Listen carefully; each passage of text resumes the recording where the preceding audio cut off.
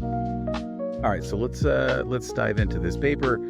It's all about giving robots a little more, dexterity. Yeah. The title is From Simple to Complex Skills: The Case of In-Hand Object Reorientation. Right. And it tackles the problem of getting robots to reorient objects in their hands.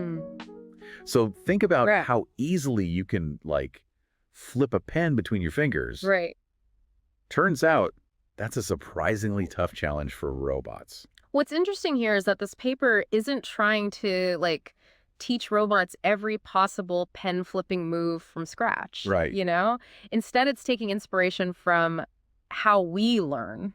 Oh, okay. By building on existing skills. I see. We didn't learn to write by mastering every possible pen motion individually, right? No. We learned basic movements and then kind of combine them. Yeah. That's the idea behind this hierarchical skills approach in this paper. So it's like giving robots a robotics lesson in building blocks for movement. Yeah, exactly. Yeah.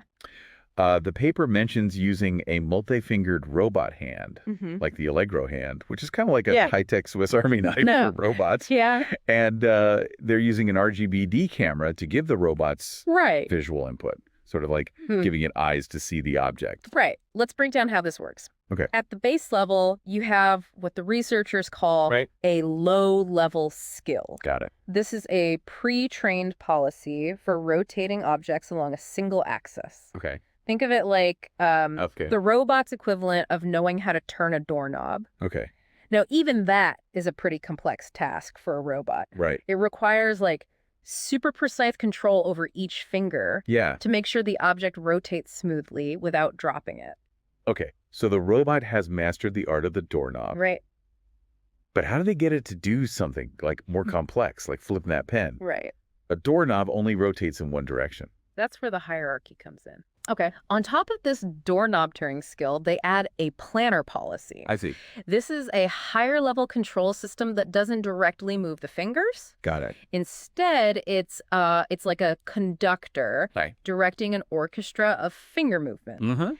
It chooses which low-level skill to execute based on the object's desired final orientation. Okay. So it might say okay, rotate along the x-axis for a bit, now stop, now rotate along the y-axis, and so on, using that as the map base pre-trained rotation as its building block. I'm starting to see how this hierarchy builds up. Right. But in the real world, things don't always go perfectly to plan, right? Yeah. What if the object slips a little in the robot's grasp, or it's a slightly different shape than what the robot was trained on? How does it adapt? That's where the feedback loop becomes really crucial. Okay. The low-level skill policy constantly provides feedback to the planner, letting it know how the movement is actually happening. Yeah. This allows the planner to make adjustments on the fly, correcting for errors and uncertainties. So it's constantly double-checking its work. Exactly. Making sure it's on the right track. Yeah. But is it just stuck with these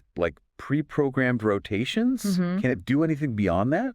It's not just, Jay, about selecting pre-trained rotations. Okay. The planner also has the ability to output what they call a residual action. Okay. This is like a tiny tweak on top of the basic rotation, adding kind of a touch of finesse. Got it.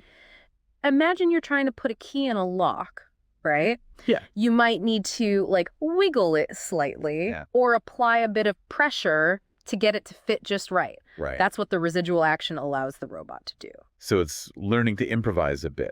Exactly. That's pretty cool. Yeah. That's a big step towards robots being able to handle the messy, unpredictable nature of the real world. But I imagine there's still a gap between, training a robot in a nice, clean simulation and getting it to perform in the real world. Absolutely. Right. Objects aren't always perfectly lit or positioned in a predictable way. Yeah. How do they bridge that gap? You're absolutely right. That's one of the biggest challenges in robotics, getting robots to perform as well in the real world as they do in simulation. Right. The researchers tackle this by training a state estimator. Okay. This component uses sensory information like proprioception, which is the robot's sense of its own body position and depth data from the camera. I see. So it's like giving the robot an X-ray vision superpower. Okay. even if its hand is blocking part of the view, Right. it can still kind of see the object's position and orientation Got it. by combining the information from its sensors. That's pretty clever. Yeah. So I've got this robot Right. trained on basic rotations, able to string them together, make adjustments, and even see through its own hand. Yeah. That's pretty impressive. Yeah, it's getting there. But why is this approach, this hierarchical learning, such a big deal? Well, if we connect this to the bigger picture, this hierarchical approach could be huge for robotics. Okay. Think about it. Robots could assemble products, pack boxes, Right. or even perform, more delicate tasks. Yeah. All by building on this library of pre-trained skills. Right. It's a big step toward robots that are more adaptable, more versatile, and able to handle a wider range of tasks than ever before. So it's like giving robots a toolbox of skills they can use to solve new problems. Yeah, exactly. Rather than just programming them to perform very specific tasks. Yeah. That opens up some really exciting possibilities. That's right. But before we get too carried away with the robot revolution, let's take a step back. Okay. And look at where this research fits into the history of robotics and machine learning. Is this hierarchical control concept a brand new idea? Oh. Or are they building on pre-existing work?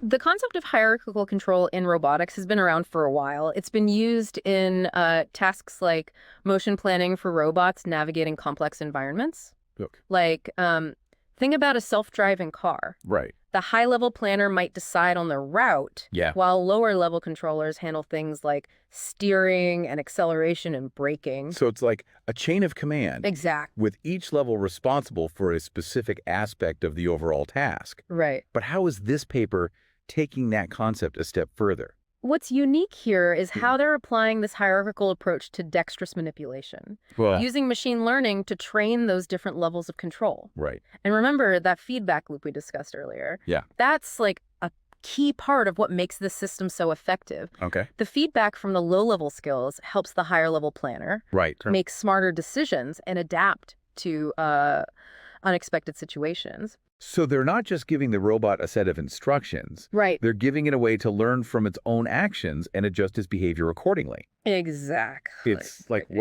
they're giving it a little bit of common sense. Yeah, in a way. But how does this compare to other attempts at creating, like dexterous robots? Right. What makes this approach stand out? One key difference is the emphasis on generalization. Okay. Previous approaches often required training a separate policy for each object or task. Got it. Which is, incredibly time-consuming and limits the robot's flexibility. Yeah. This paper, however, uses pre-trained skills that can be applied to a variety of objects. I see. So instead of teaching the robot how to manipulate, a specific pen, they're teaching it the underlying principles of rotation that can be applied to any pen, or a pencil, a screwdriver, or a whole range of objects. So it's like giving robots a foundation of knowledge. Right. A set of tools they can use to solve new problems.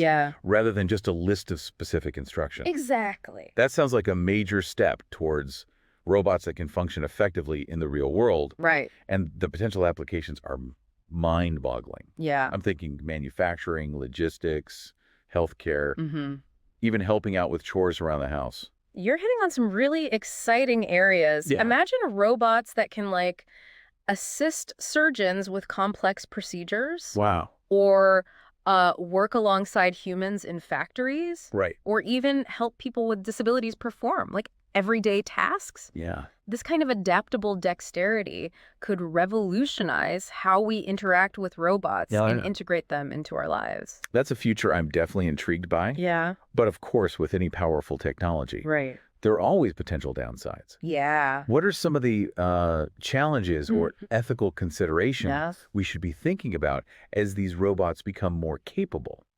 You're right to raise that point. It's crucial to think about the ethical implications of any technology, especially one as potentially transformative as this. Yeah. We need to ensure these robots are safe and reliable, and that they're used in ways that benefit humanity as a whole. Yeah. That involves open discussions and careful design and ongoing monitoring as the technology develops. Absolutely. Yeah. It's not just about the technical advancements, but also about ensuring that those advancements are used responsibly and ethically. Exactly. But for now, let's shift gears a bit and enter the realm of pure imagination with our novel notions segment. All right. What kind of wild ideas has this paper sparked in your mind? Well, what if we could push the boundaries of this hierarchical learning even further? We've talked about robots learning from their own experiences through that feedback loop. Yeah. But what if we could take it a step further and enable robots to learn from each other? Oh, a robot school. Yeah. Robots teaching robots. Sign me up for that class. Not quite a formal school. Okay. But imagine a network of robots. Yeah.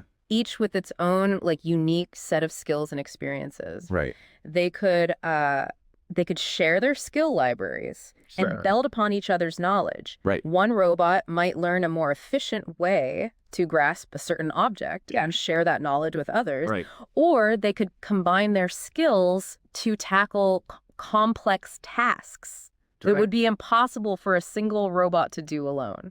That's a wild concept. Yeah. It's like a global network of robotic knowledge. Right. Constantly expanding and evolving as robots learn from each other's successes and failures. Exactly. What kind of impact could that have on the world? The implications are pretty mind-blowing. It's not just about robots becoming more efficient. Right. It's about them learning to perform tasks far beyond what we can currently program them to do. They could adapt to new environments, solve problems we haven't even thought of yet, and potentially even innovate, coming up with entirely new solutions that we humans hadn't considered. Okay, now we're talking about robots not just building things, Yeah. but actually shaping the future. Right. That's both exciting and a bit intimidating. Yeah, it definitely raises some interesting questions. Yeah, it raises all sorts of questions about the relationship between humans and robots in the future. You're right. Those are questions we need to be asking ourselves now as we develop these incredibly powerful technologies. Yeah. We have a responsibility to think carefully about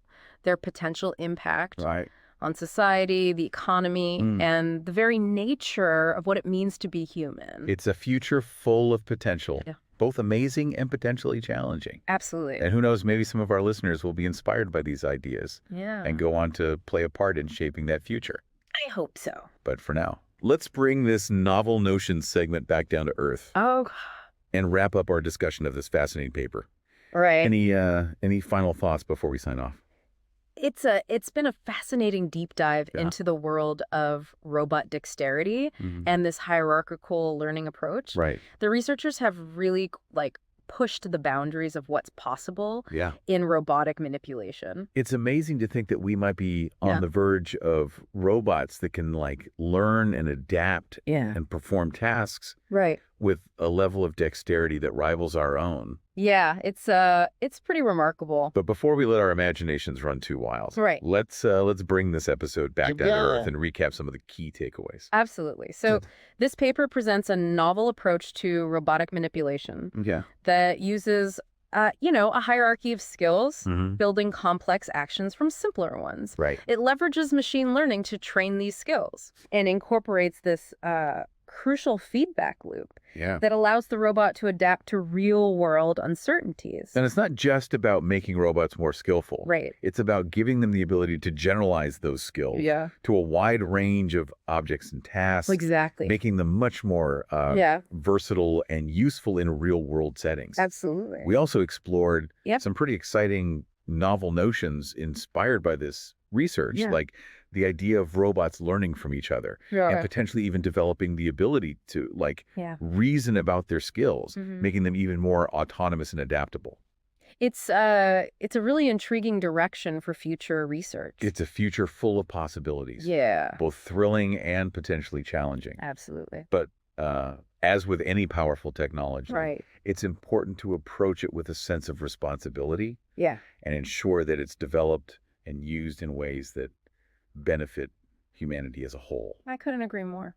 It's through open discussions and careful planning and yeah. ongoing collaboration Right. that we can shape a future where robots and humans work together to create a better world. Absolutely. And that's a wrap for today's deep dive. All right. We hope you enjoyed this exploration of robotic dexterity, hierarchical learning, and the incredible potential of a future filled with more capable and collaborative robots. Right. Be sure to check out the show notes for a link to the paper Yeah. if you'd like to delve deeper into the technical details. Okay. Until next time, keep those brains buzzing.